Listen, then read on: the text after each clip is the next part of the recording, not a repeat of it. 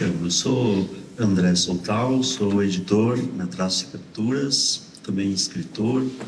Eu sou um homem branco, barba branca, cabelo preto, graças ao sangue charrua que baixa aqui, né?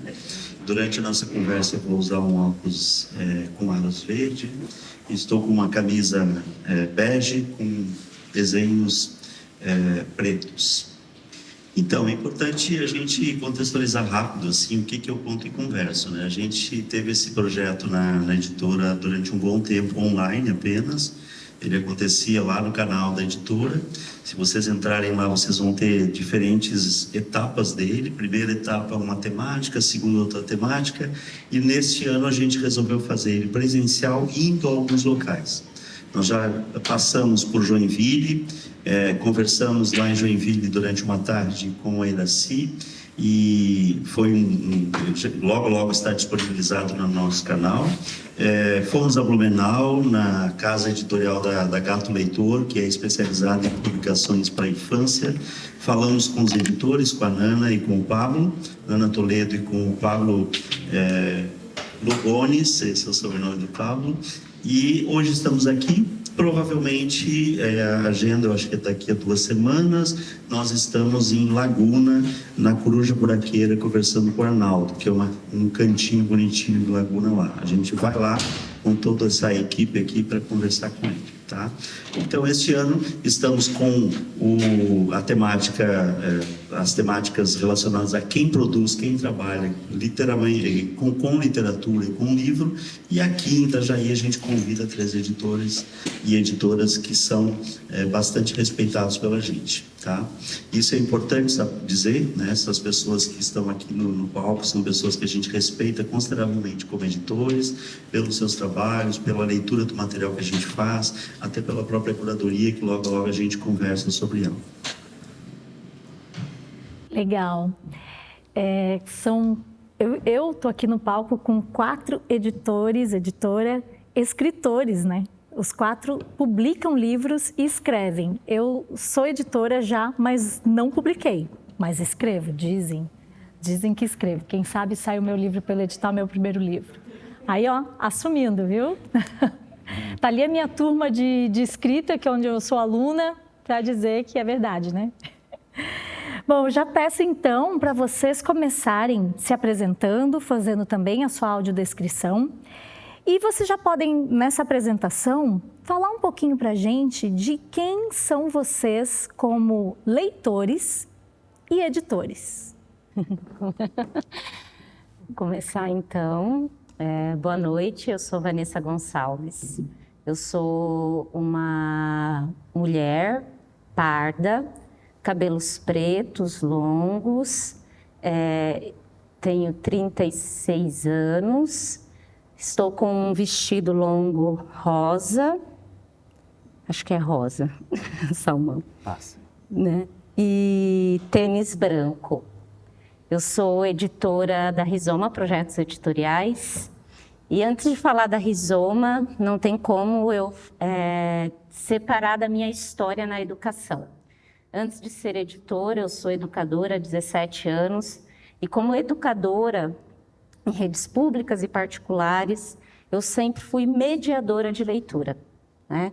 Então, a minha história começa como leitora e mediadora dentro da literatura. E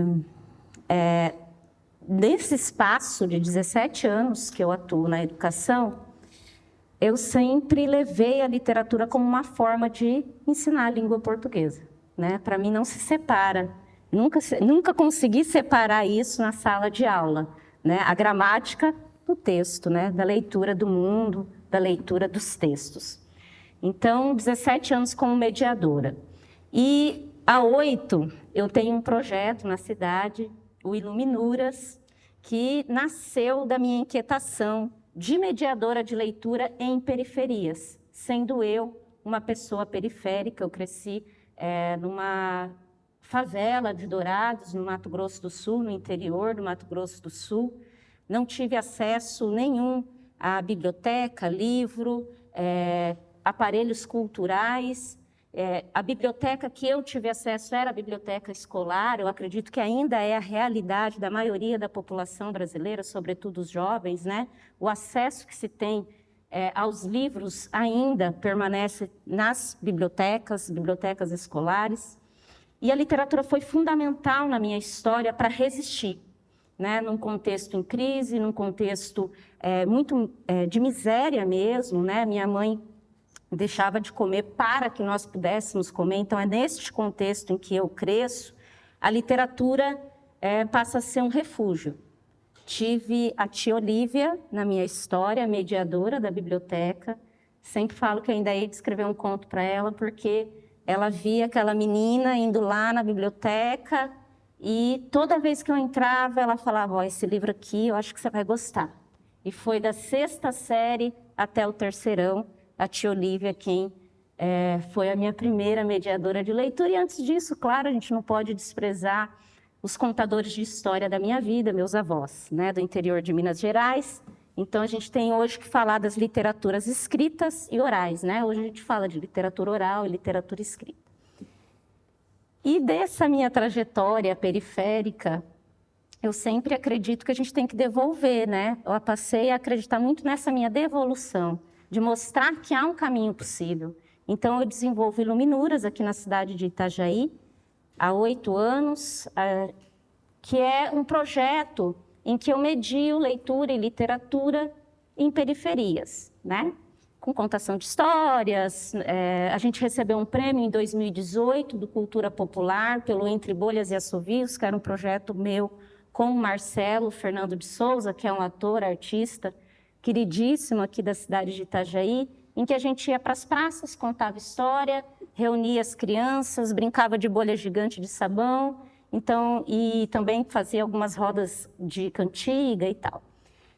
E o Iluminuras tem um impacto muito grande numa ação que a gente faz durante 2 anos num lugar chamado Vila da Miséria. É uma região aqui em Itajaí, é uma ocupação, na verdade, atrás da Gomes da Costa, aquela fábrica ali. Então, eles ocuparam um território que é da Marinha, eram 25 famílias vivendo em uma situação absolutamente angustiante do ponto de vista de todas aquelas pessoas que se importam, né, com as desigualdades. Eles viviam na beira da vala ali. Fui convidada por uma ativista da Univale, que ia lá, a mediar leitura com as crianças lá. E o impacto de voltar a isso, não que eu não conhecesse, porque, na verdade, me era muito familiar, mas já tinha ficado muito distante da minha realidade, né? A gente não pode esquecer também de onde a gente vem, mas ter o impacto de ver a situação daquelas crianças ali foi marcante para mim, porque durante 2 anos nós fomos lá todo mês mediar leitura e literatura. E foi o projeto, essa ação, o Iluminuras no Bairro, que transformou também a minha relação com o objeto livro, né? Se eu já amava, quando você vê uma criança encantada com um livro, né? Ela te faz lembrar desse encantamento que a gente tem que ter mesmo, né? Pela leitura, pela literatura, pelas histórias, por ouvir histórias. E a Rizoma vem dessa relação de amor, né? Porque aí é importante falar do Festival de Literatura de Itajaí, 2018, que o Eduardo Lacerda veio, que é um editor da editora Patuá de São Paulo. Fizeram uma mesa, estava ele, estava a editora da 8h30, que eu não lembro o nome agora dela, a Flávia, né? Estavam os dois, estavam vocês também, estávamos todos ali, como sempre ali. E eu lembro que no final eu fui conversar com o Eduardo Lacerda, já conhecia a editora Patuá, foi por onde é até hoje, né? Eu acredito que uma das maiores, né, editoras que publica literatura contemporânea do Brasil, né? Ela é média, né? Ela já não é mais uma pequena editora, hoje ela é média, né? E ele, num espaço muito generoso, no final da conversa, quando eu disse, meu sonho era publicar literatura. Sabe quando você é apaixonado por uma coisa e você quer fazer a coisa, né? E ele olhou para mim e falou, publica, vai lá e publica. A gente não sabe se agradece, né? Pelo incentivo, mas ele foi um grande incentivador, o Eduardo Lacerda. E aí, gente, 2019 passou, sou professora, a sala de aula ocupa muito a gente, né? A pandemia foi um marco. Acho que foi todo mundo parou para pensar o que ia ser, o que ia fazer da vida. E eu conheci o André Francisco, a Rizoma não sou só eu, tá? Eu, André Francisco e Leandro Rovares, são grandes parceiros. E o André Francisco, eu conversei com ele, era amigo dele, porque ele geria a Casa Vermelha, que é um ponto de cultura independente, Florianópolis. Então, assim, ele sabia o que era gerir um espaço sem dinheiro nenhum, sem incentivo, inclusive sem políticas públicas, né, de incentivo a espaços culturais. Eles geriam a Casa Vermelha, então eles sabiam o que era tentar fazer alguma coisa independente. E falei da editora, ele falou, não, a gente vai fazer livro, no final de 2019.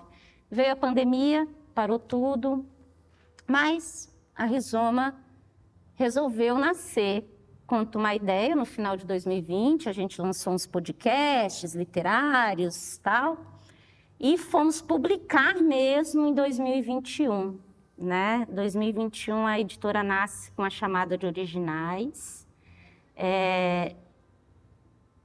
voltada para mulheres. Aí a gente selecionou a Pietra Garcia, foi o nosso primeiro livro, uma poeta aqui de Itajaí. E depois disso aí a Rizoma foi publicando. Hoje a gente tem mais de 50 livros publicados, né? Conto, poesia, romance, a literatura contemporânea é o nosso foco. O André Francisco cuida das publicações da área de teatro, porque ele é doutorando, né, na UDESC, na área de teatro, então ele que cuida dessa parte. Eu só faço comercial, a gente já tem 5 livros dentro da área de pesquisa em teatro, mas é porque ele quem cuida, eu faço a parte comercial. E literatura contemporânea, sobretudo, é a minha paixão também, né? Porque sou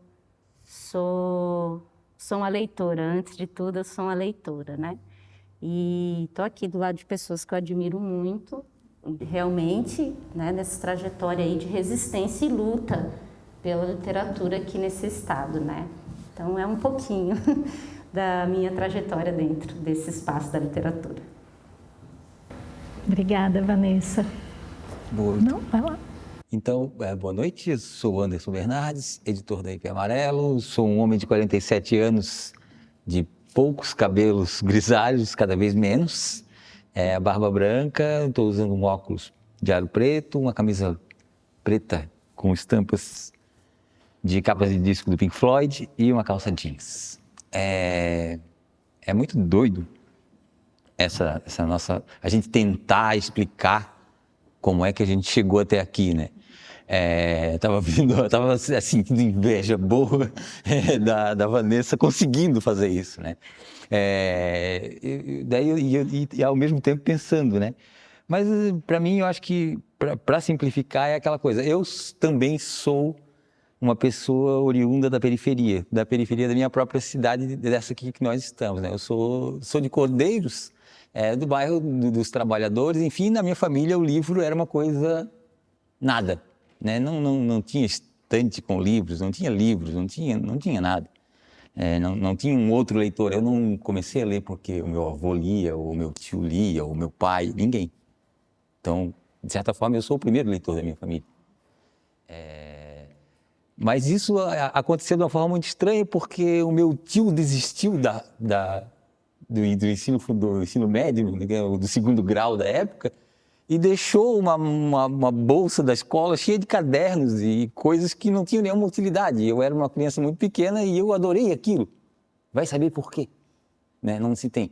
E aí eu vivia com aquilo, que eram caneta, cadernos que não foram usados pelo meu tio e livros de USPB da época, e me apaixonei por aquilo. E para piorar ou melhorar a situação, a minha avó, por quem eu sou perdidamente apaixonado desde sempre, ela dizia isso para todo mundo que chegava lá em casa, assim: esse rapaz, ele é louco por escrever e pintar e tal, é aquilo. Assim, para agradar a minha avó, psicanaliticamente falando, que fazia essa função materna, eu endoidei. Então, assim,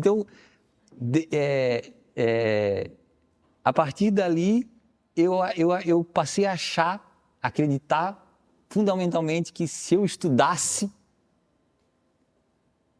a minha vida ia ser legal. Então, eu já queria ir para a escola muito antes de eu ir para a escola. Eu já queria fazer faculdade muito antes de entender. Por exemplo, eu falava criança, eu vou fazer advocacia. Eu não fazia a menor ideia. A única coisa que eu sabia é que fazia faculdade para isso. E eu não queria estudar até o ensino médio e parar. Porque isso era mais ou menos o que o meu tio estava tentando fazer e não conseguiu. Eu não queria fazer isso, eu queria ir além. Então, de alguma maneira, ali eu tive uma relação com a palavra, porque eu ia ter que aprender nos livros, porque eu ia ter que ler e aprender, que me tornou o que eu sou. Essa relação com a palavra. Era a palavra para procurar o conhecimento, para conseguir chegar nesse lugar onde não se tinha chego ainda, né? E aí, no meio desse caminho, acontece um fato insólito, que é que tem um professor de língua portuguesa que pede aquelas redações chatas de sempre e tal, e eu, para fugir disso, eu tinha uns textos que eu adorava no livro de língua portuguesa, aquele Português, Palavras e Ideias, que eram os textos do Fernando Sabino, as crônicas do Sabino, as crônicas do Drummond, né? Sempre tem uma crônica do Drummond, do Sabino, do Paulo Mendes Campos e tal. Eu resolvi entregar minha redação imitando o Fernando Sabino. Eu vou fazer uma crônica, eu não vou fazer esse negócio que todo mundo faz. E imitei ele. E aí, quando eu fui o último a receber do professor, aquelas coisas que o professor faz, né? E falou, olha, parabéns e tal, ganhei uma nota boa, não lembro qual. Você é um cronista. Essa palavra, assim. Isso ficou na minha cabeça, mas meio que ficou e apagou. E eu voltei para a minha vida normal e eu quase fui cooptado por tudo que aconteceu com a minha família. Porque quando chegou perto do ensino médio, estava tudo muito claro, não tem dinheiro, não vai rolar a faculdade, não vai rolar vestibular. O colégio nem falava do vestibular, né? O colégio estadual Dom Afonso News não dava nenhuma informação sobre o vestibular para os alunos. Não sei se isso mudou hoje em dia, se as escolas públicas fazem isso, né? Mas na minha época era assim, você vai trabalhar. Vai terminar o ensino médio e você vai trabalhar. E eu fui colocado no Senai, que era uma coisa que também acontecia na minha família. Faz Senai porque com o Senai tu vai trabalhar. Tu não vai passar. O Senai é antigo, hoje o Senai é bastante diferente do que era, né? Era aquele Senai da tornearia mecânica. Senai elétrica, tornearia mecânica e solda, né? Inclusive, queria me colocar na tornearia mecânica, né? Eu consegui fugir para o desenho técnico mecânico. Eu sempre tentando me escapar com uma caneta na mão, né? Lá eu não consegui terminar, mesmo não consegui terminar. Então, estava nesse meio. E aí, assim, um jeito eu vou ter que dar um jeito de sair daqui, disso. E eu saí para um lugar onde a palavra também é fundamental. Eu vou fazer faculdade de jornalismo. Eu vou me virar. Eu encontrei uma amiga louca, que é a minha super amiga até hoje, que é a Alexandra Domingos, que falou assim, a gente entra, ela fez pedagogia, a Paulo Freireana de primeira linha, assim. A gente entra, depois a gente paga. Depois a gente vê como é que a gente paga. E foi exatamente assim. Os primeiros 5 meses, quando terminou o primeiro semestre, eu estava com uma dívida já gigantesca com a Univale. Né? Só que lá dentro da Univale, no primeiro dia de aula, eu me tornei leitor. Aí olha só a tragédia. É tudo atrasado, assim, é tudo aos trancos e barrancos. Eu me tornei leitor. Porque eu não era ainda leitor. Eu estava nesse corre, vamos dizer assim, né? E aí eu parei lá na frente da biblioteca e falei assim, eu sou agora um universitário, 21 anos. Eu preciso ler um livro. Um pensamento louco, assim, né? Entrei na biblioteca e pensei, o que eu vou ler, né? E eu lembrei de uma palavra, crônica. E aí eu coloquei crônica no negócio lá no computador do Univale e saiu o primeiro livro da lista, 200 Crônicas Escolhidas, Rubem Braga. Paixão da minha vida para sempre. Aí quando eu li 200 Crônicas Escolhidas do Rubem Braga, eu nunca mais parei de ler. Aí eu fui ler um outro, aí eu pensei, quem mais escreve crônica? Aí eu peguei, Fernando Sabino é aquele do livro de português, aí leu Sabino, aí leu Veríssimo, Aí leu como é que é, O Poder Ultrajovem do Drummond. Daí daqui a pouco, numa crônica, tem um autor, e aí esse autor... Aí eu já estava lendo Kafka, porque eu li sobre a metamorfose, que eu nem sabia que existia, numa crônica do Veríssimo, e aí eu quis ler a metamorfose. Eu virei leitor com 21 anos. E aí ficou muito claro assim, que era a palavra, né? Então eu estava no jornalismo e eu estou no lugar certo. É a palavra que me mudou, é a palavra que vai mudar o mundo, essa é a palavra. Então, eu estava lá, era um estudante de jornalismo que achava que ia mudar o mundo com as palavras. E aí a minha editora nasce daí, porque a gente queria fazer uma revista e mudar o mundo, né? Fazer um zine, fazer uma revista e mudar a cidade, e mudar o mundo com as palavras. E aí a editora nasce em 2005 e a gente publica revista, publica outras coisas e publica livro, reportagem e tal. E esse negócio da crônica, esse negócio do texto literário vai rondando e vai tomando conta de mim até que em 2018 eu paro um dia e falo assim, vou escrever, né? Eu já tinha várias ideias de livro, de coisa para escrever, vou sentar aqui e vou escrever um livro para inscrever esse livro no Prêmio Sesc de Literatura. Porque parecia que faltava o tal do deadline que o jornalista tanto gosta, assim. Precisa de um prazo para essa coisa, porque se esperar que eu vou escrever isso aqui por conta própria, eu não vou. Mas como tem um prazo que é lá em fevereiro, agora eu vou sentar aqui, até fevereiro eu vou terminar essa jossa. E foi o que aconteceu. Disso saiu Não Arranquem os Vermes de Mim, meu romance, que no final das contas acabou sendo finalista do Prêmio Sesc de Literatura, né? E aí, quando eu entro nesse mundo para valer, eu descubro, agora o meu romance foi finalista do Prêmio Nacional, eu acho que merece, talvez, pelo menos, ser enviado para uma editora para tentar publicar, né? E aí eu começo a pesquisar sobre as editoras e como funcionam as editoras na literatura e nos livros. E aí eu descubro várias coisas legais e falo assim, eu tenho uma editora e ela não publica livros de literatura, mas agora eu acho que ela vai publicar.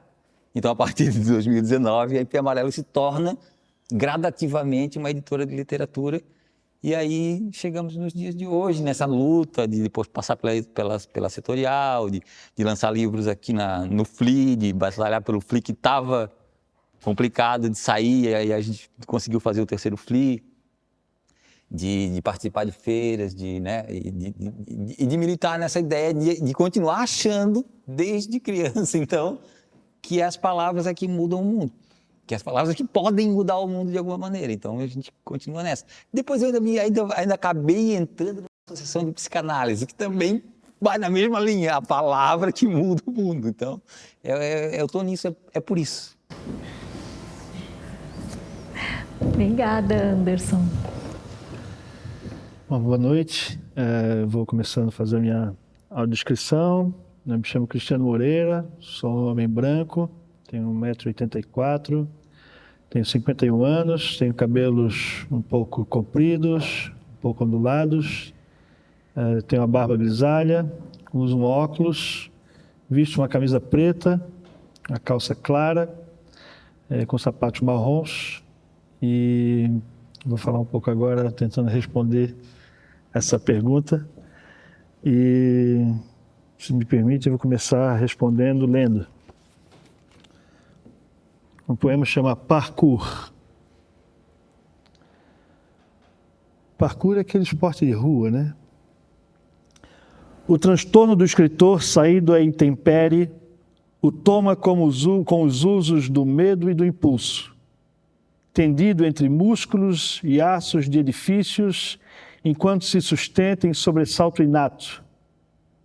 A ameaça do seu vulto, sem salvo-conduto, tomando-se de assalto de um a outro pulo, no sobrevoo em falso, intempestivamente, pendido e sem teto, no alcance do encalço, ou choca contra a pele o escalpo do espaço, ou levanta devoluto e levita evaporando.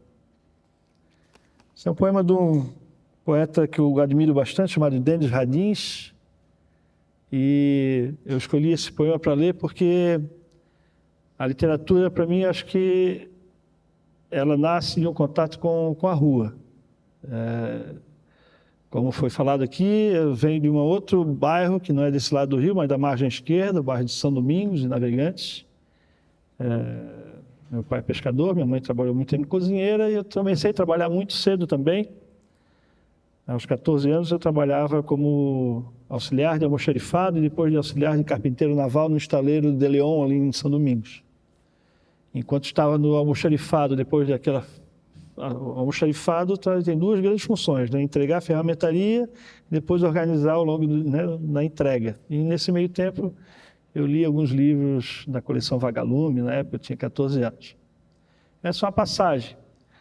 E a literatura se fixa um pouco mais na adolescência, um pouco mais tardia, né? Depois desses 14 anos, no encontro, que é o encontro do amor, encontro, né, com a mulher com quem eu vivo até hoje, e que naquelas aventuras de juventude fazíamos teatro juntos, né?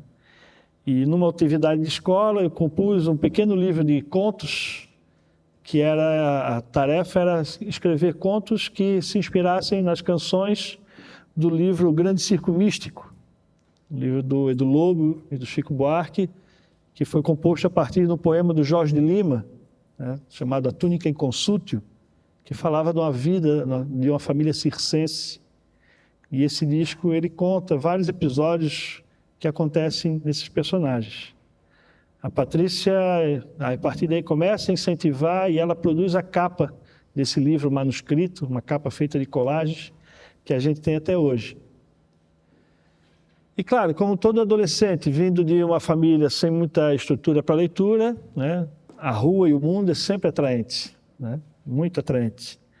E eu aproveitei isso com um olhar atento, né, então... As máximas de alguns autores, como Mallarmé, dizendo o livro é feito para acabar no mundo, né? O Osman Lins, que faria centenário esse ano, inverte o ditado e diz: o livro é feito para acabar no mundo, não o mundo é feito para acabar no livro. Não, aliás, o Osman diz: o livro é feito para acabar em um mundo, né?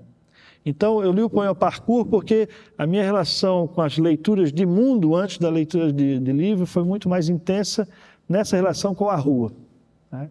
Com tudo que a rua me ofereceu e me tirou, fez com que eu apurasse meu olhar para essas sutilezas e para essas armadilhas que a vida ordinária nos exige. Nessa história de fazer teatro, Patrícia, uma vez inventamos de criar um espetáculo que fosse inspirado na obra de Carlos Drummond de Andrade. Até então eu não era um leitor de poesia. E o meu contato com a poesia do Carlos Drummond de Andrade foi através de um livro de crítica literária de José Guilherme Belchior, chamado Verso e Universo em Drummond. Sabia? Não tinha a mínima ideia do importante trabalho crítico de José Guilherme Belchior, né? Um crítico de mão cheia. E aí, naquele trabalho, um trabalho de fôlego do José Guilherme Belchior, a gente tinha acesso a vários livros e fases do Drummond. Então, daquele livro a gente tinha acesso aos poemas, alguns que interessavam, nós íamos buscar o texto inteiro para montar essa peça que era uma bricolagem drummondiana, em que nós dirigíamos e atuávamos também. Logo depois disso, eu estou falando do final dos anos 80, começo dos 90, nos anos 90, eu conheci um sujeito, algumas pessoas aqui em Itajaí, que foram importantes nessa formação. Eu comecei a escrever poesia, assim, tentando acreditar, isso aqui, né, por essa questão de perceber talvez essas metamorfoses do mundo, né, esse pensamento meio atravessado, foi o que me cultivou a curiosidade de tentar entender outros pensamentos atravessados, e esses agora num aspecto da linguagem, né? Então eu tive contato com o Eduardo Moreira, falei um pouco disso hoje já, mas que é um artista que já partiu aqui nessa cidade, um artista muito importante e um editor muito sagaz. Ele e o Rogério Lenzi, que trabalhavam na prefeitura, eles editavam um jornal chamado O Papaciri, que é um jornal de literatura e arte, e ele funcionava como um laboratório de escrita e de edição, né? Que nós, naquele período, estávamos descobrindo algumas leituras, descobrindo Murilo Mendes, descobrindo Mallarmé, descobrindo autores desse cânone, né, maior, e os outros autores próximos de nós, da região, da cidade, do estado, e tentávamos compor na edição do Papaceri com essa experiência de leitura do cânone, digamos, Harold Bloom, né, do cânone ocidental, né, com o cânone regional. Né? E enfrentávamos, obviamente, como toda publicação, algumas críticas pelas escolhas que fazíamos nas edições. Mas o fato é que essa experiência com esses artistas, editores, fez com que eu começasse a prestar um pouco mais atenção na linguagem. Em 99, eu fui com essas pessoas aqui, mais o Antônio Carlos Floriano, que na época trabalhava na Fundação Cultural de Itajaí, a um encontro de escritores em Joinville. Né? E na época eu levei uma primeira plaquete de poesia, feita em papel verger, impresso numa gráfica navegante, e tive um apoio no supermercado Vitória, né? Onde eu era gerente de supermercado, né? Que tem essa fase que eu trabalhei 10 anos no varejo, né? Abandonei a escola, né? Ensino médio, saí fora, não queria saber muito de estudar, queria namorar e queria trabalhar, e, enfim, né? Só que aí, novamente, né, com o incentivo da parceira, fui terminar de supletivo, aos 24 anos, o meu ensino médio. E a graduação fui começar em Curitiba, quando já tinha 31, que eu trabalhava no Grupo Pão de Açúcar, que eu queria experimentar, eu e Patrícia, morar numa cidade grande. E o meu currículo, eu já trabalhava com produção cultural, fazia mostras dentro do supermercado, recital de poesia, né, coral, cantando na Ilha de Frios, né, fazia essa estripulia. O Edmundo Campos emprestou a cerâmica dele para fazer ali no Corujão, no São João, fazer uma exposição de cerâmica. E eu queria ir morar na cidade, mas não tinha currículo para viver em Curitiba com produção cultural. Então, fui trabalhar na bandeira extra do Pão de Açúcar, de verdureiro. E lá, como o Pão de Açúcar pagava metade da graduação, não exigiu que fosse economia, tampouco marketing, eu entrei no curso de letras da Andrade. Aí deu mais 6 meses, eu fiz o primeiro período, pedi a conta e vim para Navegantes e me tornei professor em 2003. Né? Transferi para a Univale e depois em 2004 fui para a Unisul, que a Patrícia passou no curso, reintegrou-se numa vaga que ela havia deixado no curso de Naturologia, nós fomos morar em Palhoça e eu fui para a Unisul. Né? Volto a esse ponto logo. Mas em 99, nesse encontro de escritores em Joinville, eu tive a oportunidade de conhecer outras figuras importantes, que são amigos até hoje, outros já partiram. Por exemplo, o Ademir Demarque, que é um poeta e editor da revista Babel, de Santos, que é o primeiro cara assim, de fora daqui que leu meus poemas, que eu entreguei um disquete para ele na época.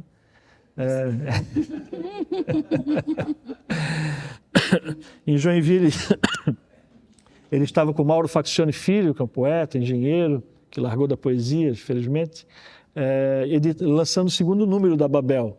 A outra editora era a Suzane Scaramin, professora da UFSC, e o Marco Aurélio Cremasco, que é do Paraná. E nesse encontro de escritores estava também o Paulo César Ruiz, que faleceu logo depois no acidente de carro, Paulinho, o saudoso Marco Vasques, foi quando eu conheci o Marco Vasques, estava também o de Joinville, também amigo do Marcos, Marinaldo, e estava o Ali Salomão. O Ali Salomão estava nesse encontro, foi um encontro homérico, o resultado dessa charla, dessa conversa, o Ademir publicou na número 4 da Babel, que o Ali Salomão desanca o Artemius Anon, né? Pega no pé do Artemius Anon, o Artemius Anon vai embora e continua incomodando o Artemius Anon, mesmo na ausência do Artemius Anon, por um comentário que ele tinha feito sobre Cavafis, poeta grego. E jantamos juntos naquela noite, isso para mim foi muito marcante. O Ali morre em 2003, né? Logo depois que ele assume um cargo na Biblioteca Nacional no primeiro governo Lula. Um pouco antes disso, não posso deixar de citar um espaço que havia na cidade que acolhia todos os jovens escritores, que era um programa que o Álvaro Castro mantinha na rádio. Né? Através desse programa, conheci também aqui o Floriano Magru, né? Ele reunia várias vozes, jovens mais experientes, e como colocávamos nós dividimos algumas vezes, eu acho, Magro, aquele espaço na rádio, lá no Alto Edifício Catarinense. Então, era um espaço generoso e que permitia que a gente fizesse colocássemos à prova, né? De 99 tem um outro acontecimento importante que esse eu acho que é, para mim, além dessas estripulias literárias que Patrícia e eu fazíamos no teatro, eu fui em Curitiba, liguei, na época que a gente ligava, assim, tipo teatro, liguei para o Ricardo Corona, é um poeta e editor da Medusa, da editora Medusa, e que eu conhecia já por esses parceiros, né? Tomei conhecimento do Cine Imaginário, um livro do Corona, de 99, li o livro, ensaiei uma pequena resenha, que é o que a gente faz quando está começando também, a gente quer entender como é que a gente lê os livros, se a gente entende os livros, né? E aí em Curitiba eu liguei para o Corona dizendo assim, poxa, posso te visitar, eu li teu livro, assim, tal. E ele, vem aqui na rua Souza Naves, tal, no Alto da 15. Aí bati no apartamento dele, ele me recebeu muito generosamente, somos amigos até hoje, um querido mesmo. E ele me disse uma coisa que foi a chave. Em algum momento da conversa ele disse, eu vivo da minha palavra. Porra, como é que é isso? Era gerente do supermercado, comprador de fruta e verdura. Como é que é viver da palavra, gente? Né? Não entendi esse trem. Né? Que abstração é essa? Né? Eu trabalhei em estaleiro, barco de 30 metros, pesado, IP. Né? Depois eu elaborando, eu acho que a coisa de estrutura do poema, para mim, está ali no barco de pesca, né? Na coisa concreta. Mas eu comecei a perseguir isso, né? A partir do que o Ricardo Corona me falou. Poxa, eu acho que é possível viver da palavra. E aí fui tentar descobrir como. E no final da graduação, eu tive 2 encontros importantes que foram com 2 professores, o Caco, Antônio Carlos dos Santos, o Caco, e a Simone Cury, que me ensinaram a ler de outro jeito. Né? Aquela leitura em que a gente exercita a leitura do anacronismo, a leitura mais crítica, perceber outras coisas do texto literário que ultrapassa o plano da página, que é aquilo que a gente faz quando a gente articula, né, coisas do texto com outra coisa da vida, com outra coisa da filosofia, enfim, começa a revirar o texto de uma forma investigativa. E aí então fui fazer mestrado na UFSC, estudando Osmo Lins, e depois fiz doutorado estudando o mesmo autor. Nesse período, Patrícia e eu quase não tínhamos nada a fazer, a gente estudava, dava aula em 3 colégios, fazia faculdade, e a gente resolveu abrir um sebo na cidade de Palhoça, chamado Arcano 17, que era o título do livro do André Breton, né? Na época, estava naquela fase de ler surrealismo, né? Arcano 17, né? Abrimos um sebo numa curva, ninguém parava. Ninguém parava, a curva perigosa da prefeito Reinaldo Alves, né? Ficava lá. Não aprendi nada no mercado, né? Ficava pensando em poesia, né? A poesia do tomate, né? Depois descobri o poema Tomate, do Murilo Mendes, que a Paula Toller, né? O Kid Abelha fez o disco. Tá? Mas aí ficamos 6 meses ali, a gente viu que não ia dar nem para o sal, conseguimos um espaço no Centro Comercial de Palhoça, aí sim, aí foi legal. Aí mudamos para o Centro Comercial, no Centro de Palhoça, fizemos um monte de amizade, e aí, então a gente criou a Papa Terra, que é a editora, né, nesse período, para ser a livraria, em 2005. Depois, em 2008, viemos para cá e vendemos o sebo, o que sobrou dele, né, que a gente comeu por parte do estoque, né, que era uma festa ir para São Paulo comprar a ponta de estoque para o sebo, né, isso aqui para o sebo, isso aqui para a gente. Né. Nunca fechava o balancete, né, sempre virava passivo, né. O ativo era sempre pequeno. Enfim, e esse ano está fazendo 25 anos, então, né, de 99, 2000, aí que eu tento lidar com a palavra, que eu publiquei em 2005, meu primeiro livro de poemas publicado por uma editora, a editora Bernúncia, do Vinícius Alves, lá de Florianópolis. Até agora tenho 8 ou 9 livros de poemas publicados e alguma coisa de ensaio na área da literatura, questão mais acadêmica, de escrita, e que me chama muito a parte do ensaio, da investigação, né, da escritura crítica, porque é uma forma de ficção também, né? Você criar uma história, assim, como é que eu vou sustentar essa historinha para o meu leitor, né? Como é que eu vou pegar um conceito dentro de um determinado autor e vou explorá-lo, né? E usa muito da poesia para escrever o ensaio, né? O ensaio como forma de texto.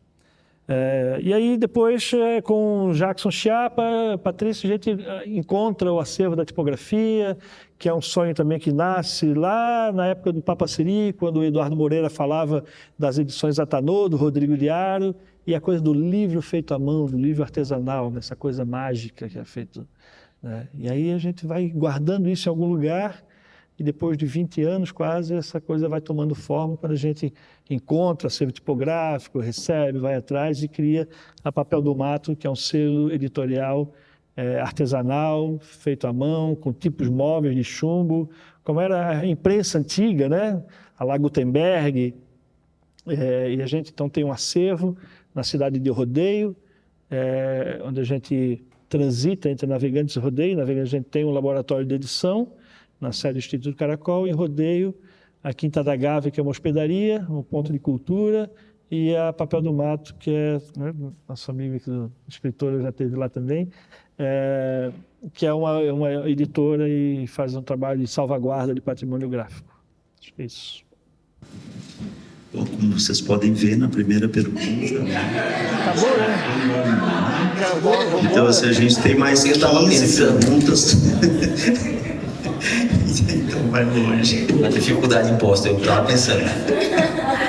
Eu já trouxe a marmita, que eu sabia que ia demorar. Tem um lanchinho ali no camarim, se alguém precisar. Mas, sim, a gente aprende pra caramba, né? Na experiência do outro, né? Essa primeira pergunta era realmente para a gente aterrar e pensar. Nós estamos falando de gente, como a gente, né? Porque às vezes a gente coloca a figura do escritor, da escritora, do editor, como pessoas assim, sei lá, inalcançáveis, né? Lógico, nós que já trabalhamos com isso, a gente sabe que não tem nada de glamour, a gente sabe. Mas, em geral, pessoas que nunca publicaram, pessoas que vão nos ouvir depois nessa transmissão, né, que será feita pelo YouTube, talvez não saibam de onde vem um escritor, de onde vem um editor, uma editora. Vem daí, vem do supermercado, vem da periferia, vem do Senai, vem daí, de qualquer lugar, né? É muito legal. Muito obrigada por essa partilha aqui. Foi muito bom conhecê-los mais. Nesse aspecto, acho que agora, como diz a Gica, aterrando, assim, pensando que aqui a gente tem 3 pessoas que são escritoras, que são leitores, mas aqui com uma função de falar de editora, né? Aquela palavra que às vezes tu tem que explicar para alguma pessoa que chega com o texto na tua editora, o escopo editorial, né? Como é que vocês fazem essa curadoria? Quem é que vocês publicam? O que tem que ter o texto para dizer assim, esse texto aqui vale a pena estar aqui com a gente, né? Isso é importante porque a gente tem pessoas aqui que já escrevem, pessoas que estão começando a escrever, pessoas que vão nos assistir que provavelmente tem essa pergunta, e a gente costuma dizer assim, olha, esse texto é bem interessante, mas não cabe aqui no escopo editorial da gente, procura uma editora assim, indica, né? Mas na editora de vocês, qual é o filão para isso, né? Que texto que pega o leitor, editor?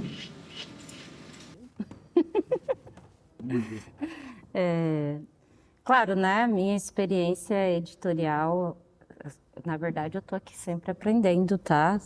Né? Aqui estou com pessoas com muito mais experiência no caminho editorial. E tem um lugar da paixão que às vezes a gente tem que separar, às vezes não é necessário, né? Porque o lugar apaixonado, quando você é muito apaixonado por algo, a gente também pode entrar em grandes ciladas, né? Nesse sentido. Então, a partir do momento que continua sendo uma paixão, mas é um trabalho, né? É sobretudo um trabalho, exige todo um cuidado, né, que esse trabalho demanda. Na Rizoma, nós publicamos literatura contemporânea, então já é bem um recorte, né? Não temos, com exceção da parte do teatro, né, que quem cuida é o André Francisco, a Rizoma publica literatura contemporânea. E o processo de seleção, até hoje, nós abrimos as chamadas de originais, recebemos os originais. Os originais vêm sem identificação, nós orientamos que não sejam identificados, né, no processo da chamada. O Leandro Rovares organiza os originais, né, para verificar se não tem identificação do autor e da autora. E eu e o André Francisco lemos os originais, cada um na sua casa, ele lá em Florianópolis e eu aqui. E nós vamos elencando, né, os originais dentro daquilo que se encaixa no perfil editorial da Rizoma. Como o André pontuou, é muito importante o escritor e a escritora pesquisar o perfil editorial da editora, né, antes de mandar o original. Acho isso fundamental. Conhecer mesmo, vai lá, compra um livro dessa editora que você quer mandar, porque assim, gente, aí também é uma questão política, né, que a gente está aqui. A gente recebeu esse ano, não abrimos chamadas de originais, a gente recebeu 40 originais. Foram mandando no e-mail da Rizoma. Se cada um tivesse comprado um livro da Rizoma, gente, sabe, para conhecer o catálogo da Rizoma, para conhecer qual é o perfil que a Rizoma publica, né? Isso é muito importante, porque é uma demanda você organizar um original, você mandar para uma editora. Então, é importante saber qual é o perfil dessa editora. Tem tantas editoras no Brasil hoje, né, gente? Pequenas editoras, eu acho isso deslumbrante, né? Que a gente veja tantas iniciativas nascendo e tal. E na Rizoma, como a gente tem esse perfil, né, da literatura contemporânea, a seleção passa pela chamada, por mim e pelo André Francisco, que selecionamos juntos, e publicamos, né, esses livros. E pequenas tiragens. Então, a Rizoma, a gente trabalha com um perfil gráfico de baixo custo, né, porque geralmente é um investimento da Rizoma, né, e então a gente faz uma tiragem de 50 exemplares e, dependendo da pré-venda, né, a gente vai aumentando essa tiragem. Mas é sempre um pensamento também, né, dessa questão que eu acho que é o grande gargalo que nós enfrentamos, a distribuição desses livros, né? Como nós vamos distribuir esses livros? Se uma cidade cancela um festival que é tão importante para essa cadeia de livros, gente, que recado que a gente está recebendo, né? Quando abre um edital de premiação no Estado, o Prêmio SESI, de cultura e literatura nem aparece, né? Nem aparece, gente, nem apareceu como categoria lá artística. Então, a Rizoma, nesse sentido também, os autores e autoras acabam dialogando com uma presença política no mundo, né? Porque eu acredito que o editor também não tem como separar o leitor do editor na medida de como se seleciona, né, os trabalhos, sobretudo literatura contemporânea. Mas eu acredito que essa coisa que atravessa, né, a nossa existência, aquilo que move a literatura contemporânea, sobretudo, é algo que tem permeado muito, assim, né, a Rizoma, essa busca nossa, né? É uma inquietação, na verdade. Então, hoje a Rizoma trabalha dessa forma, procurando formas, né, de continuar também, porque nós também compartilhamos angústias, anseios, né, para quem está no mercado editorial no Brasil. A gente sabe que ser uma pequena editora, que não tem uma assessoria de imprensa por trás, que não vai ter os seus livros resenhados na Folha de São Paulo, se não for com muita insistência, se você não tiver contato lá dentro, que não tem um banco por trás, né, como tem hoje as 3 principais editoras desse país, né, que tem bancos por trás financiando todo o trabalho. Então, imagina como é para nós, né? A gente está aí nas feiras, nas pequenas feiras, procurando e lutando pelo nosso espaço, né? Então, a Rizoma hoje tem 50 títulos, dos 50, 45, 44 são de literatura contemporânea, mais poesia do que prosa. Então, permeia esse espaço, assim.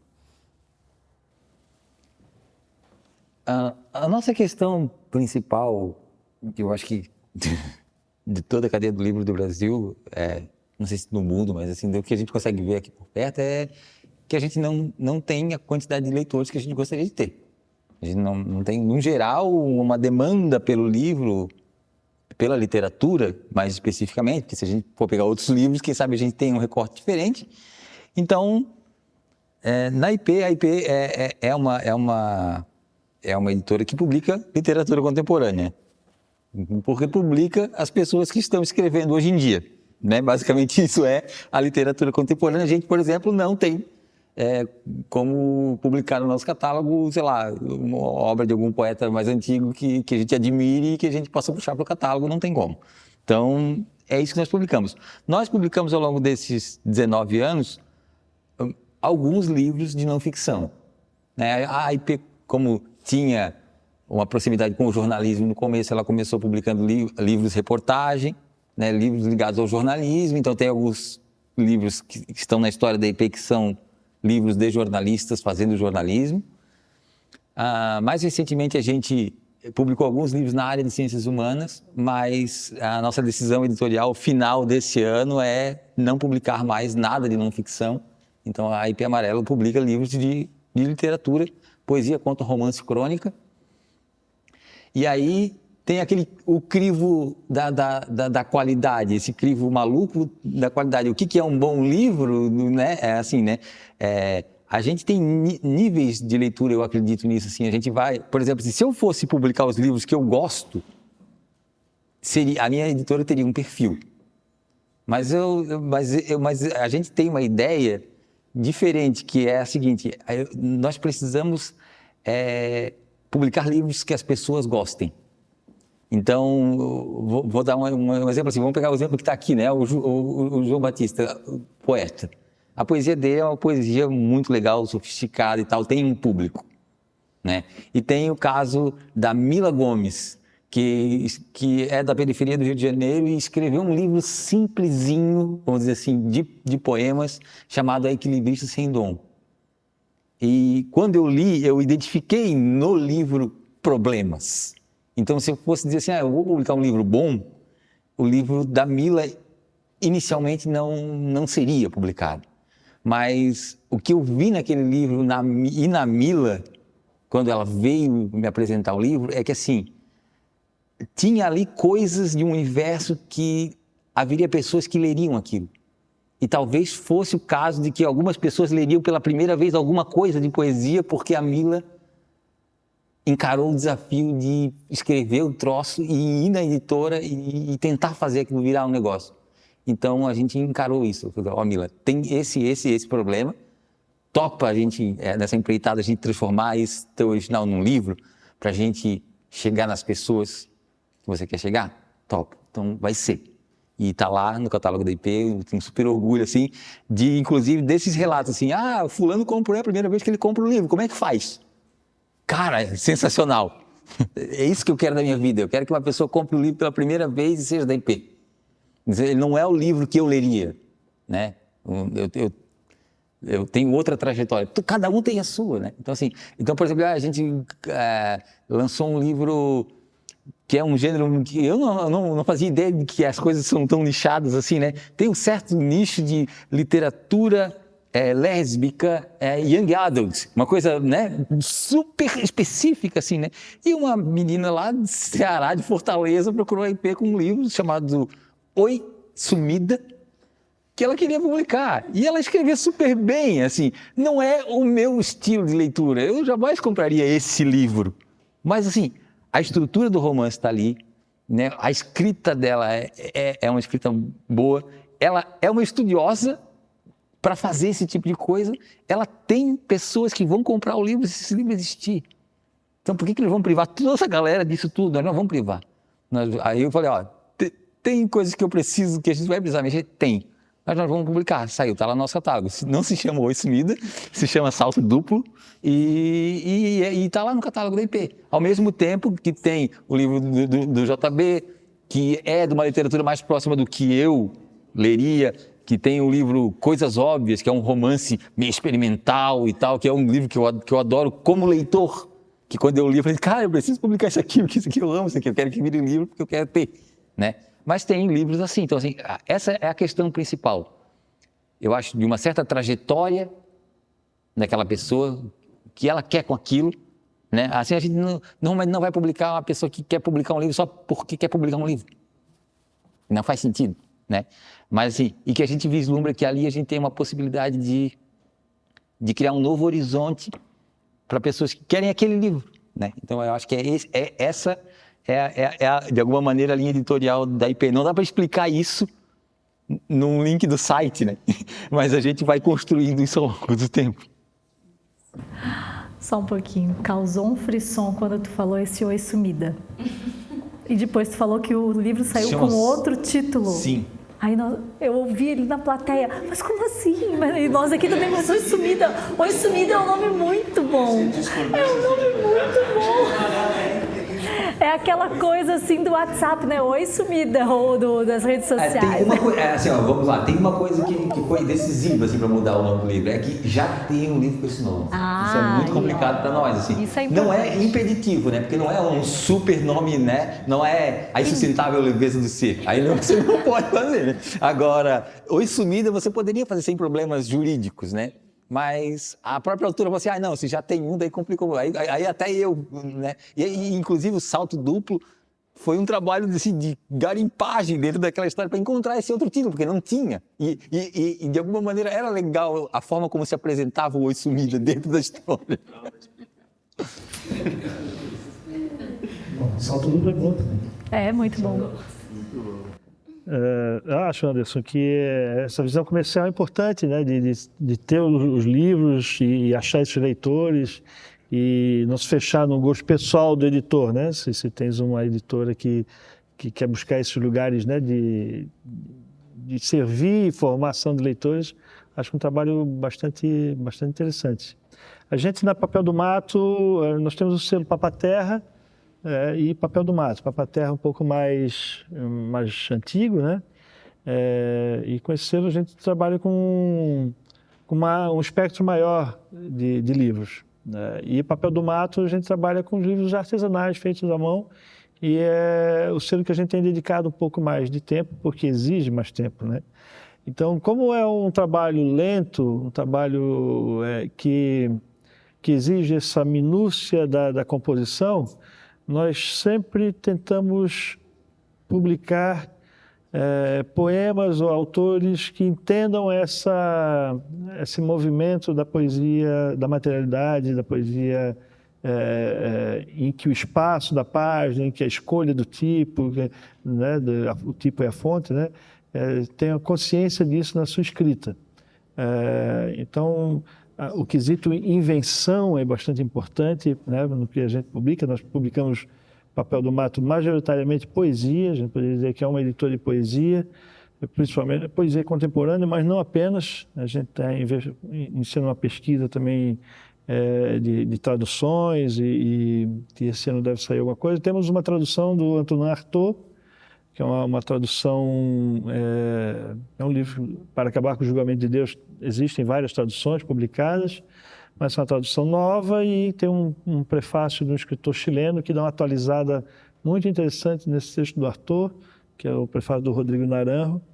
E são tiragens também, assim, o máximo que a gente fez foi 100 exemplares, ou eventualmente alguma edição mista em que a gente imprime o miolo em offset, mas normalmente também numa offset artesanal, mais rudimentar, que é uma multilite, que é uma monocromática, e que aí o Jackson acompanha a produção do fotolito, da chapa, e a gente tenta assim, ter minimamente um domínio de produção. O nosso barato é esse de tentar ter essa autonomia, de ter o domínio de produção, né? Isso tem os seus percalços, né? De demorar para publicar, né? A gente está com quantos títulos, Chapa? 18, né? 18 títulos, né, no catálogo da Papel do Mato. São livros, né, pequeninhos, assim, com o Sonívia, livros que trabalham com duas cores, que isso dá um trabalhão danado para fazer, costurados à mão, alguns não têm costura, né, são inconsúteis. Esse aqui não está agora, mas ele vem com barbante como se fosse um pacote, né, amarradinho com um pacote. Então a gente trabalha na concepção do livro, assim, de como ele pode ser apresentado, né? Patrícia Jackson e eu discutimos assim, que a gente tem na mão enquanto materialidade do texto e como isso vai casar com a materialidade do livro-objeto, né? Então, essa investigação que está sempre no limiar do livro de artista e a poesia enquanto invenção de linguagem. E a gente não abriu chamada até hoje, a gente nunca abriu chamada, porque a gente, na nossa atividade hoje, né, do ponto de cultura, hospedaria e editora, a gente não terminou dar conta de abrir uma chamada, assim, né? A gente tem vários croquis de projeto, de fazer uma coleção de poesia para publicar pelo Silo Papa-Terra, né? Com uma conversa com o Papel do Mato de um acabamento tipográfico, né, Jackson, Patrícia, de mesclar um pouco uma produção um pouco na demanda com acabamento que a gente possa aproveitar, porque a gente gosta demais de trabalhar com a tipografia. Só que exige um tempo que às vezes a gente não tem, né? Você vai atender hóspede e editar livro, né? Então não tem funcionários, somos nós fazendo tudo. Então essa limitação de tempo faz com que a gente limite também a cauda, né? Na linguagem comercial, a cauda da editora ainda pitoca, né? É uma editora, para sobreviver, ela tem que ter uma cauda longa para que aquele livro que não está rodando agora seja compensado com outro título que está vindo, né? Então, essa é uma estratégia das editoras de aumentar a cauda para poder ter lastro, respiro na sua economia, né, editorial. Então, sim, também, o que a gente faz? A gente faz um trabalho em feiras, né? Final de semana agora nós estivemos na Feira Miolos, em São Paulo, que é uma feira gráfica, né, na bicicleta. Então, o Jackson teve em São José dos Campos também. Então, a gente vai tentando fazer isso para dialogar. Um trabalho que a gente faz, né, que a gente fez algumas vezes, é o trabalho de residência, né, artística. Já que a gente tem um espaço onde tem a hospedagem, tem uma biblioteca e tem a tipografia, alguns projetos editoriais fizemos 2, né? Isso, a Aline Dias e o Diego Reich, que são daqui de Santa Catarina, mas trabalham na Universidade Federal do Espírito Santo. Todo ano eles se internam lá na Quinta da Gávea ao longo de uma semana. No tempo anterior a gente discute o projeto, eles mandam um projeto editorial, a gente vê se é possível, discute alguma coisa de como fazer, e quando eles vêm, metem a mão na massa junto, vão compor, a gente vai trabalhando junto com o autor. Fizemos a da Ângela Quinto, né, em julho desse ano também, ela veio de São Paulo, ficou uma semana lá, e aí a gente teve um trabalho em parceria com o Gilberto Tomé, da Gráfica Fábrica, que ele desenvolveu o projeto gráfico da capa, mandou a matriz de São Paulo para a gente, feito com madeira e tal, e aí o Jackson teve que dar um jeito de resolver, porque tinha 2 impressões, 2 sobrecapas e cores diferentes. Então são trabalhos assim que exigem muito. O formato do papel muda muito. O da Ângela tem 3 dobras, né? Então é uma tripa de papel desse tamanho. A área de impressão da tipografia, a maior que a gente tem, é mais ou menos isso aqui.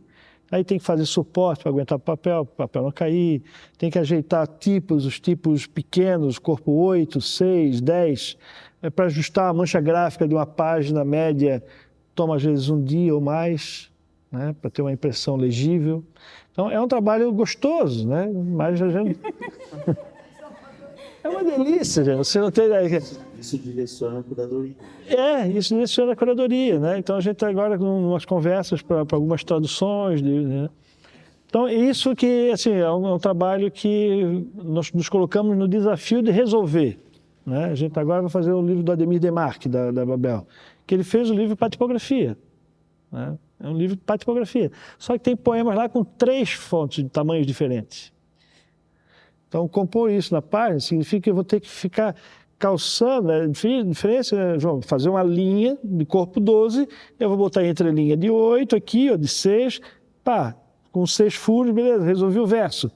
Não, mas daí o cara bota aqui, ó. E eu tenho que calçar, a gente tem que, na composição, deixar uma paquete fechada para poder levar para a máquina isso. Que ela é filha de tipógrafo, né? Então, ela é uma mulher que foi filha de tipógrafo, o pai dela criou uma editora chamada Tipolux, e ela conviveu nesse universo. Então, para nós é uma troca muito rica, porque a gente está lidando com uma pessoa ali que está se emocionando junto com a gente a lidar com aqueles tipos, né?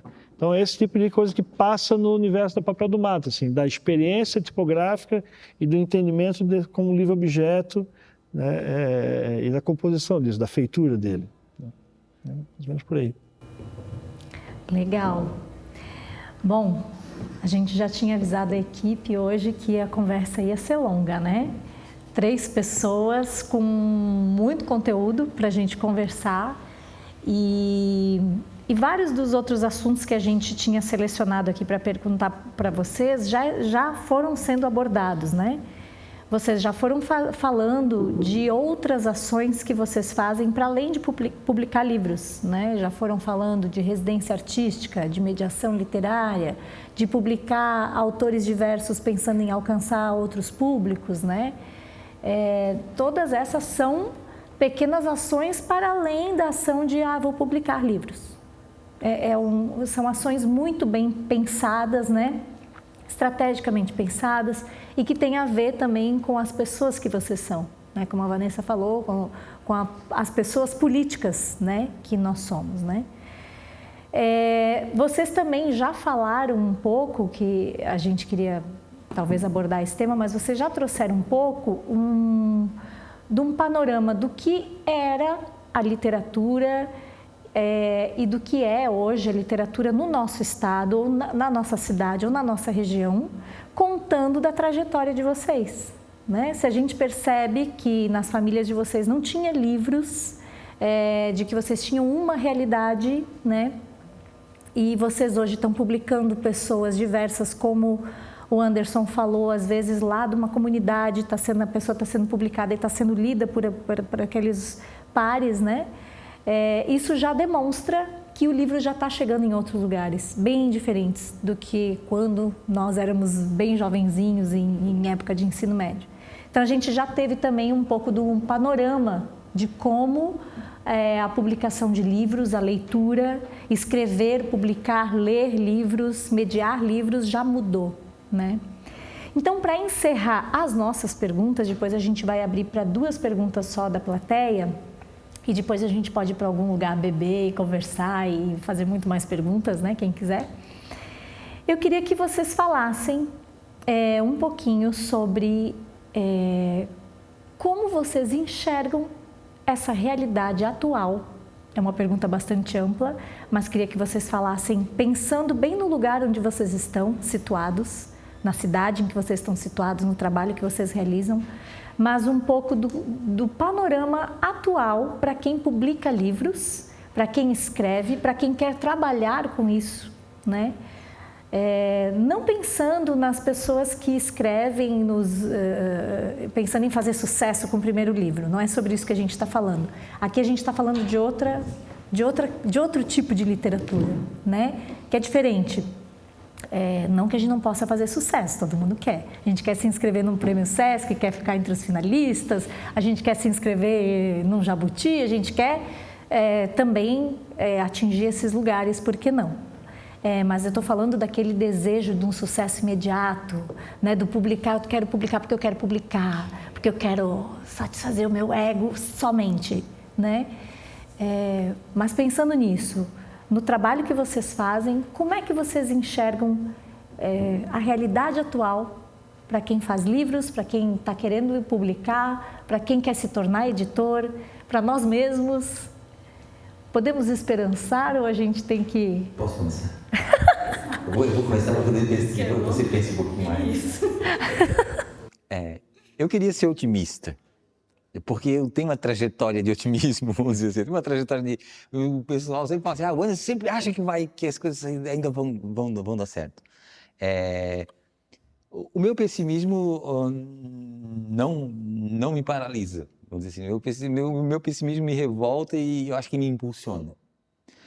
Mas o que me preocupa para o presente e para o futuro da literatura e de todas as atividades artísticas e de todas as outras atividades que são correlatas nesse sentido do que eu vou falar é a questão de que nós vivemos sob um certo domínio da certeza, assim, de discursos, de uma venda ostensiva, assim, de discursos de certeza, de querer fechar o entendimento sobre o que é a experiência de vida de cada um com um discurso que explique as coisas. E as pessoas procuram por esse por esse discurso que feche um sentido para a vida, feche um sentido para cada experiência que a gente tem. Quando eu entendo que a arte e que a literatura, elas funcionam justamente pelo sentido contrário, de colocar a droga da dúvida, né? De colocar assim, isso, calma aí, eu achava que não era assim, né? Tu lê o livro e tu sai transtornado, né? Transtornado de pensar assim, caramba, como é que eu nunca pensei nisso? Né? Como é que, né? Eu lembro quando eu li a Metamorfose, eu li a Metamorfose de um ônibus indo de Itajaí para Brusque. Quando eu desci, eu não tinha acabado de ler ainda, mas assim, eu tinha que ir até o jornal onde eu estava fazendo estágio, eu fui lendo, porque aquilo para mim era um negócio assim absurdo. Como é que pode isso?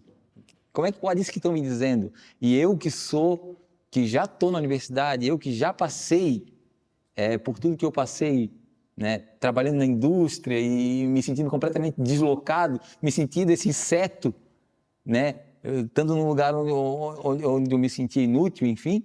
Como é que eu não pensei nisso? Como é que tantas pessoas já falaram sobre isso? E como é que só agora essa história que é completamente maluca de uma pessoa que acorda transformada num inseto está me dizendo isso, né? Então assim, mas por quê? Porque de alguma maneira eu não estava fechado num discurso, em nenhum discurso, estava aberto para duvidar daquelas coisas que até ali eu acreditava. E eu acho que a gente vive um sufocamento, porque de vários lugares diferentes surgem discursos querendo fechar a explicação sobre a existência. E isso tem se tornado muito dominante na minha percepção, assim, né? Então, cada vez que alguém vem com o discurso da dúvida, esse discurso é duramente atacado no geral. Então, nós temos um desafio muito grande. Nunca foi fácil. A gente acabou de contar aqui, né? Se eles fossem contar, eu tenho certeza que não é nada diferente, né? É muito igual. O nosso desafio sempre foi grande e continuará sendo. E aí talvez seja esse desafio que continuará sendo grande, que continuará nos motivando a continuar fazendo. Mas essa é a minha preocupação. Então, nós precisamos, sim, de pessoas que queiram encarar esse desafio de continuar criando dentro da nossa sociedade um espaço para dúvida. Eu acho que é aí que é o nosso futuro. Nossa, né? É muito bom assim a gente ouvir os pares, né? Eu tenho o grande lance assim de que eu tô vamos dizer assim, faço parte desse ciclo, né, todo do livro, no sentido de agora editar, publicar, mas eu sou a mediadora também, né? E sou educadora, estou em sala de aula.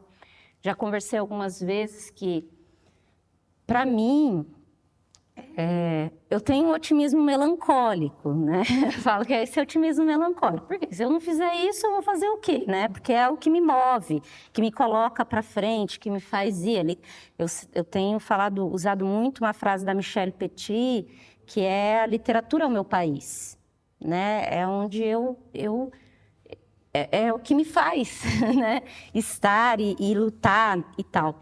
Mas, de um modo prático, nós vivemos um avanço no início dos anos 2000, isso é importante dizer, né, gente?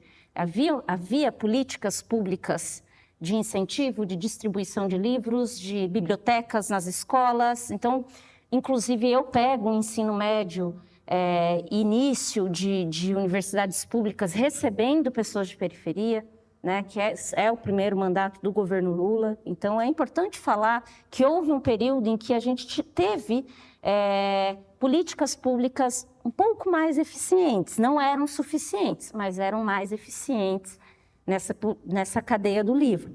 Claro, né, gente, as editoras pequenas, ainda assim, nem se falava, eu acho que ainda de editora independente, ninguém podia imprimir menos de 500 mil exemplares no início dos anos 2000, tinha isso também. Mas a gente veio, desde 2016, por aí, 2014, o ano do golpe, né? Sofrendo constantes golpes contra as políticas públicas de incentivo à leitura, de bibliotecas fechando, de livros nas bibliotecas escolares fechando. Se antes a gente tinha bibliotecas escolares para receber os livros que vinham do governo federal, né, com um excelente plano que era do PNLD, que distribuía, comprava livros, distribuía nas escolas, mas tinha alguém dentro das escolas, eu sei porque eu já estava em sala de aula ainda neste período. Isso tudo vai se esfacelando, né? E a gente está perdendo leitores. Então, tem o Retratos da Leitura do Brasil, que o Itaú Cultural promove, que é um retrato mesmo, um panorama dos leitores no Brasil. Então, se a maioria dos nossos leitores era de não ficção, isso é uma realidade do Brasil, a maioria das pessoas que compram livros são de não ficção, ficava só um risco daqueles que compravam literatura. E se você parar para pensar, cara, que aquele risco diminuiu mais ainda e a gente está perdendo leitores dentro da universidade, então você fica, opa, está acontecendo alguma coisa aí, é urgente a gente começar a pensar. Quando eu estive em Belém do Pará, ano passado, com a Rizoma, o Fabiano Piuba estava lá, e ele fez uma mesa, e eu fiz questão de perguntar, tá, mas e aí? O que nós vamos ter agora que abriu a secretaria, e, né, hoje temos um secretário do fomento, né, do livro, leitura, literatura. Eu perguntei, efetivamente, o que a gente vai ter para a gente poder esperançar, né, gente? Porque foi esfacelado tudo, né? Aí pegamos 4 anos ainda de um governo neofascista. Então, como esperançar de novo? Gente, porque a literatura, para mim, como mediadora, ela é capaz de humanizar as pessoas, assim, né? De colocar um outro lugar, né? Para aquela pessoa olhar para o mundo de uma forma maior. Como foi para mim, né? É esse lugar da dúvida, colocar em dúvida, né? As coisas, né? E o Fabiano respondeu, né? Que a primeira coisa é retomar aquilo que tinha se desfacelado. Eu esperanço, né? Eu tento esperançar, sim. Eu acho que nossa grande função hoje é mediadores de leitura. Nós precisamos de mediadores de leitura. Qualquer pessoa aqui pode ser um mediador de leitura, tá, gente? A gente tem um programa toda quinta-feira de manhã no Portal Desacato de Florianópolis, 15 minutinhos. Eu sempre indico livros de diversas editoras, inclusive daqui. E hoje eu fiquei tão feliz porque uma pessoa falou, e semana passada eu indiquei livros da Traços, da Papel, porque a gente estava falando aqui, aproveitei o momento, falei de festival, do Quase um Festival.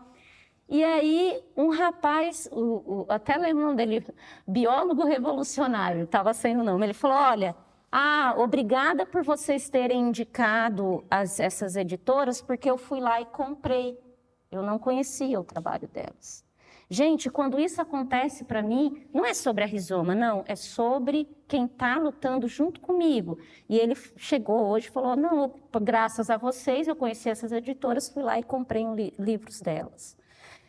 Porque eu sempre batalho sobre isso, gente. A Companhia das Letras não vai falir se a gente deixar de comprar livros dela, ir lá e comprar da editora que está aqui publicando, da IP, da Papel, da Rizoma, de outras editoras, a Caia Ponte, né? A gente tem da Traços, a gente tem editoras em Santa Catarina, e eu acho que é muito coletivo agora. É a gente se abraçar, assim, estar nessas feiras, né? Feiras, momentos coletivos, apresentando o nosso trabalho e mediação. Eu acho que a nossa grande...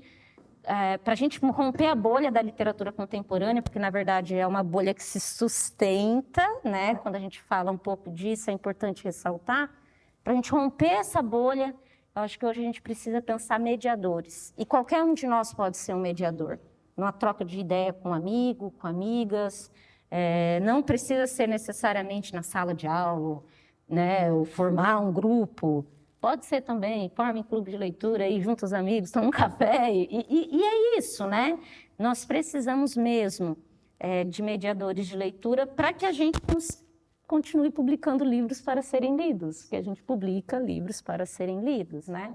Então, acredito que hoje o meu lugar é olhar com esse mesmo olhar assim meio pessimista, mas num sentido de ver a coisa e ver, nossa, olha só, o que a gente está tendo que reconstruir, né? Que é aquele negócio que você derruba um negócio e agora a gente está tendo que erguer de novo, quase derrubei tudo aqui, gente. E ter que erguer isso, né?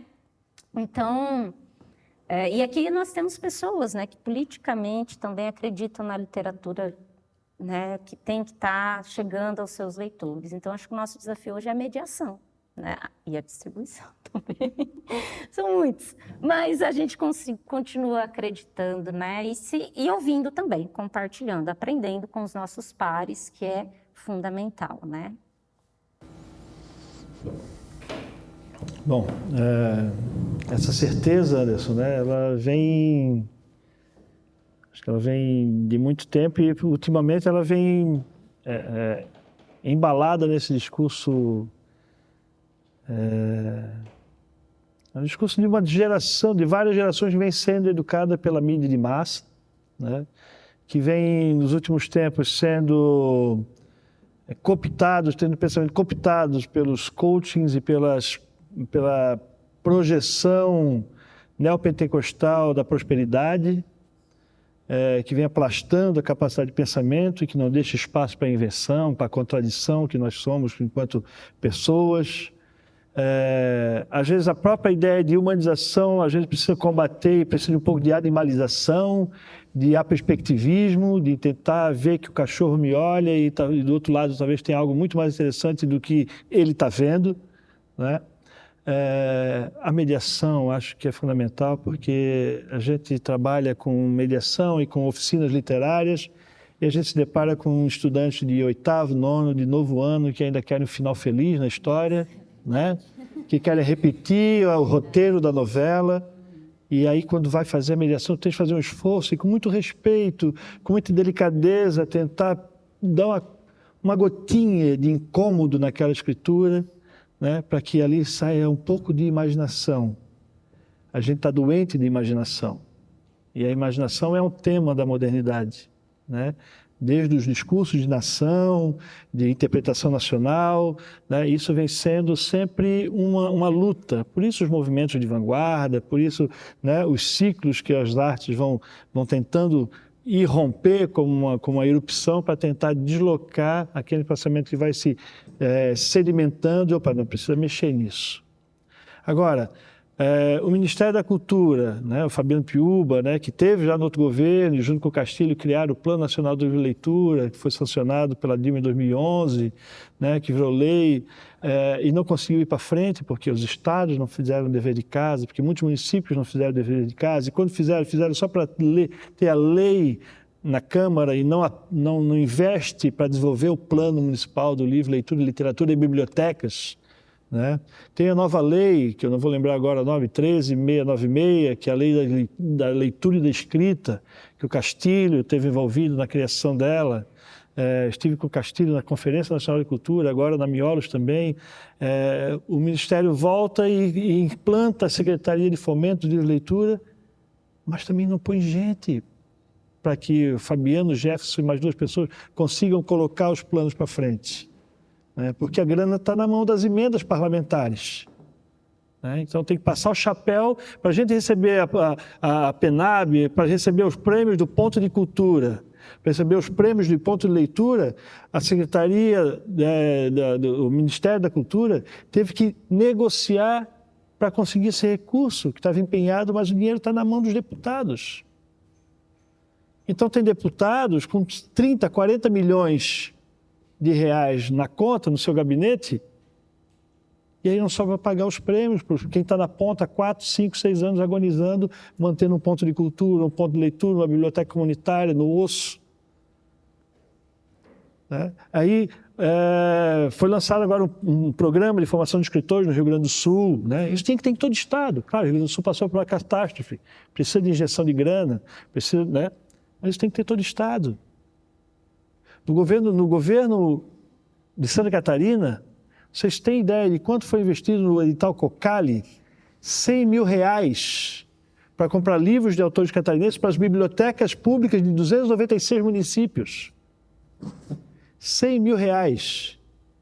Eu, enquanto conselheiro da sociedade civil, eleito pelos pares, fiz um requerimento, ofício, pedindo para pelo menos botar aí 200. Na época estava o Rafael Nogueira, como presidente da FCC, com quem a gente não consegue dialogar, não conseguia dialogar. E a resposta da FCC foi que o ofício chegou depois da hora. E não foi, porque isso está tudo em ata. No dia que eu mandei e no dia que eles fizeram a resposta. E aí, nesse interregno, a gente tem a notícia do Festival Sertanejo de R$3.200.000, com a desculpa de que vão fomentar a produção da música. E não é, vejam bem, não é uma crítica ao gênero, mas a forma de fazer a política de incentivo. Porque na ponta, ontem eu estava ouvindo na rádio quando nós estávamos indo para o Udesc, R$20 mil vai ganhar o primeiro colocado. De R$3.200.000, vão pagar um show nacional para o Michel Teló, que não precisa desse incentivo, já tem sua carreira consolidada, e espalhou esses festivais sertanejos no Estado no ano político. Poxa, quem não enxerga essas coisas?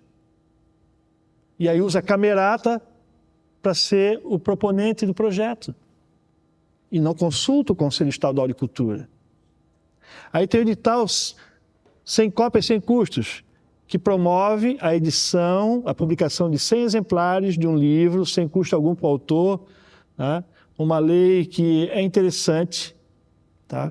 Estava parado o tempo, mas também que não privilegia linguagens da invenção. Linguagens que não está isso na lei, no edital, e precisa estar, da literatura LGBTQIA+. Não privilegia critérios que possam dar abertura para o processo criador. Então, falei do Cocali, falei do Sem Cópia Sem Custos. O que mais temos? Prêmio de Literatura Cruz e Souza. Está parado há anos. Está parado há anos. Nós tínhamos um jornal que chamava O Catarina. Está parado. Então, eu falei outro dia no Conselho, as políticas, até existem algumas políticas públicas do Estado, mas elas não se conversam para que elas possam trabalhar na formação, na base. Elas não conversam com o Estado, da Secretaria de Estado da Educação, que tem um currículo que, convenhamos, que é outro campo onde o liberalismo entrou e plantou a disputa entre os alunos. Por isso a gente tem as competências. As competências no ensino médio era terrível, porque você trabalhava em equipes. Era um projeto feito pelo Instituto Ayrton Senna.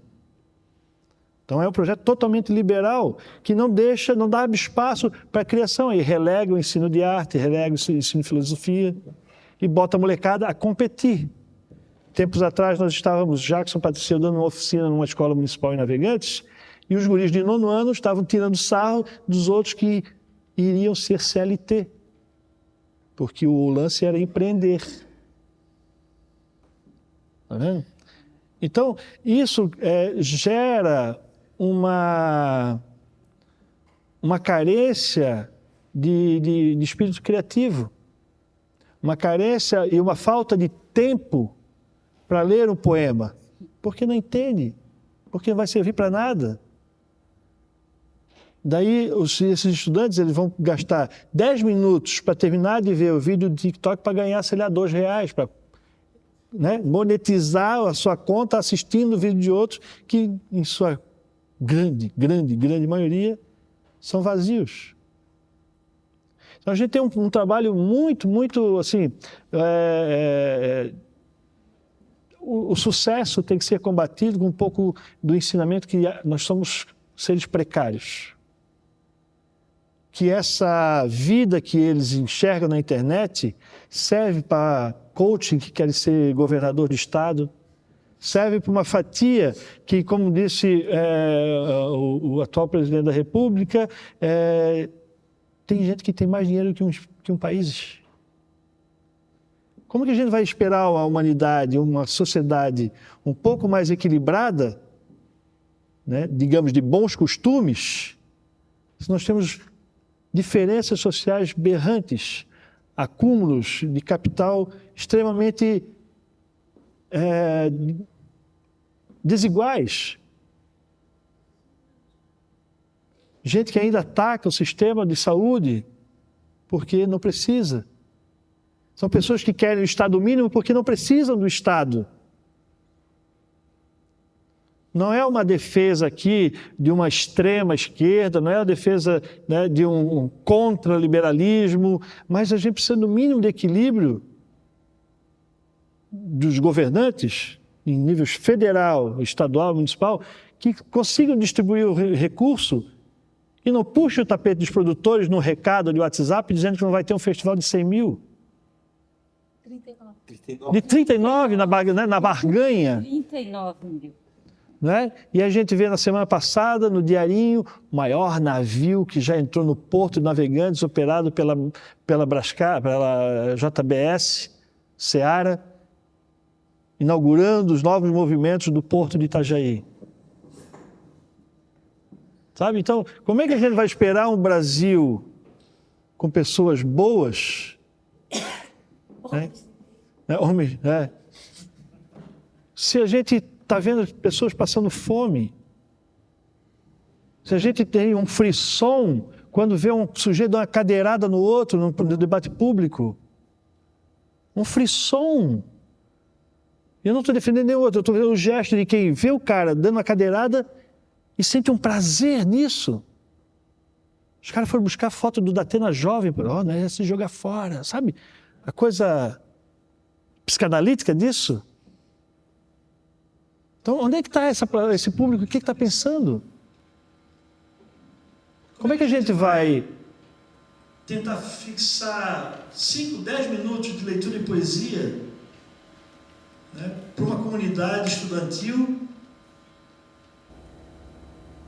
que pensa só em ganhar dinheiro? E eu não estou sendo hipócrita, né? Não quero ser hipócrita. Eu gosto de dinheiro também, gosto de comprar um livro, né? Gosto de comprar livro, gosto de viajar. Não é essa questão de voto franciscano, não é isso. É o mínimo equilíbrio para que mais pessoas possam adquirir o hábito de poder comprar livro, que entendam que comprar livro na livraria de rua é diferente de comprar livro do Elon Musk, que é outra coisa, que a Lei Cortez não anda, né? A Lei Cortez é aquela que vai regular os preços dos livros.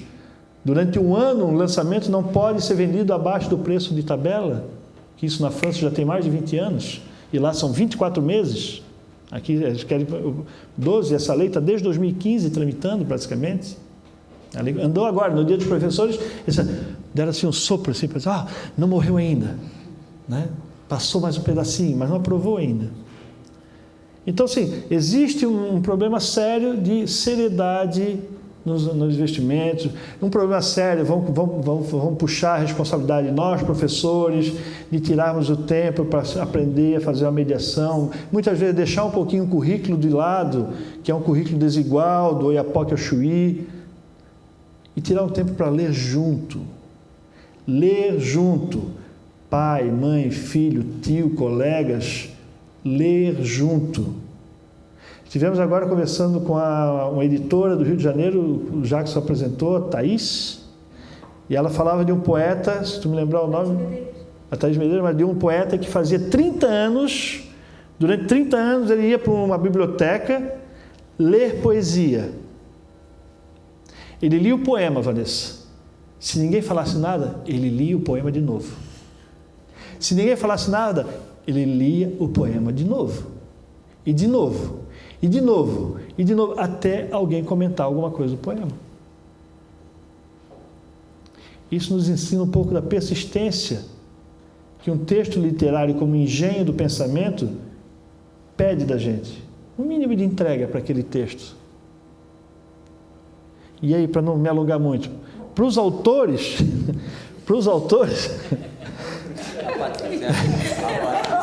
fogo amigo. Por isso que eu não largo. Sinceridade é tudo.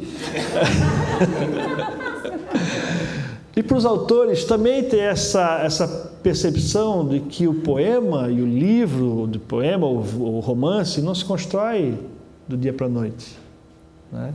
Que tem um tempo de maturação do texto, que ser escritor não nos dá esse status, né? Porque às vezes ser escritor é escrever, não necessariamente publicar. A publicação é a consequência, você tem que estar seguro. Eu tinha um amigo meu muito querido de infância, disse: eu quero publicar um livro, Moreira. Eu aqui comigo, eu nunca vi esse cara com o livro na mão.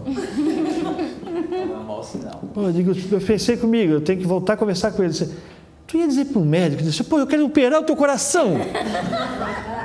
Ninguém fala isso, né? Tu vê o sujeito? Pode, até tem gente, né? Que vai operar milagre, né? Mas um sujeito que quer publicar um livro sem cultivar um pouquinho do hábito da leitura, saber o que seus predecessores fizeram, ele vai querer operar milagre. Então ele tem que ir para desses templos para enganar os outros. A gente não pode, é uma ética, você falou isso, é uma ética, a literatura, a escritura, como várias outras profissões, exige o mínimo de ética da gente. Acho que a gente consegue fazer esse momento final com 3 palavras fortes, né? Imaginação, mediação e dúvida. São palavras fortes. Ressuscita.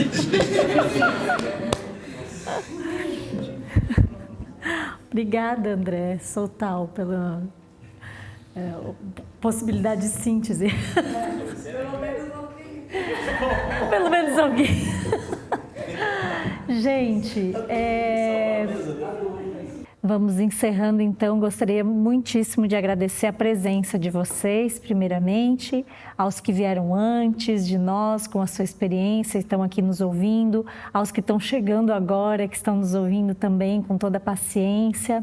Gostaria de agradecer a vocês que toparam participar dessa conversa com a gente, Cristiano, Vanessa, Anderson. Gostaria de agradecer a equipe do Conto e Converso, a Alexandra, de Libras, a Michele. Gostaria de agradecer Bruno, Laura, que estão fazendo aqui a nossa parte de audiovisual. Mariana Feitosa, que faz a nossa parte de assessoria de imprensa. O João, aqui da casa, técnico de som, luz. Agradecer a biblioteca que nos emprestou gentilmente, Biblioteca Pública de Itajaí nos emprestou essas cadeiras. Gostaria de agradecer também aos meus colegas de setorial de literatura que toparam resistir e realizar esse evento. Mais uma vez, convido todos a participar e a somar com a gente nessa resistência. E ao meu parceiro, André Soltal, por corajosamente manter a editora Traço Captura junto comigo e podermos realizar eventos como esses. Muito boa noite e a gente segue conversando. Obrigada.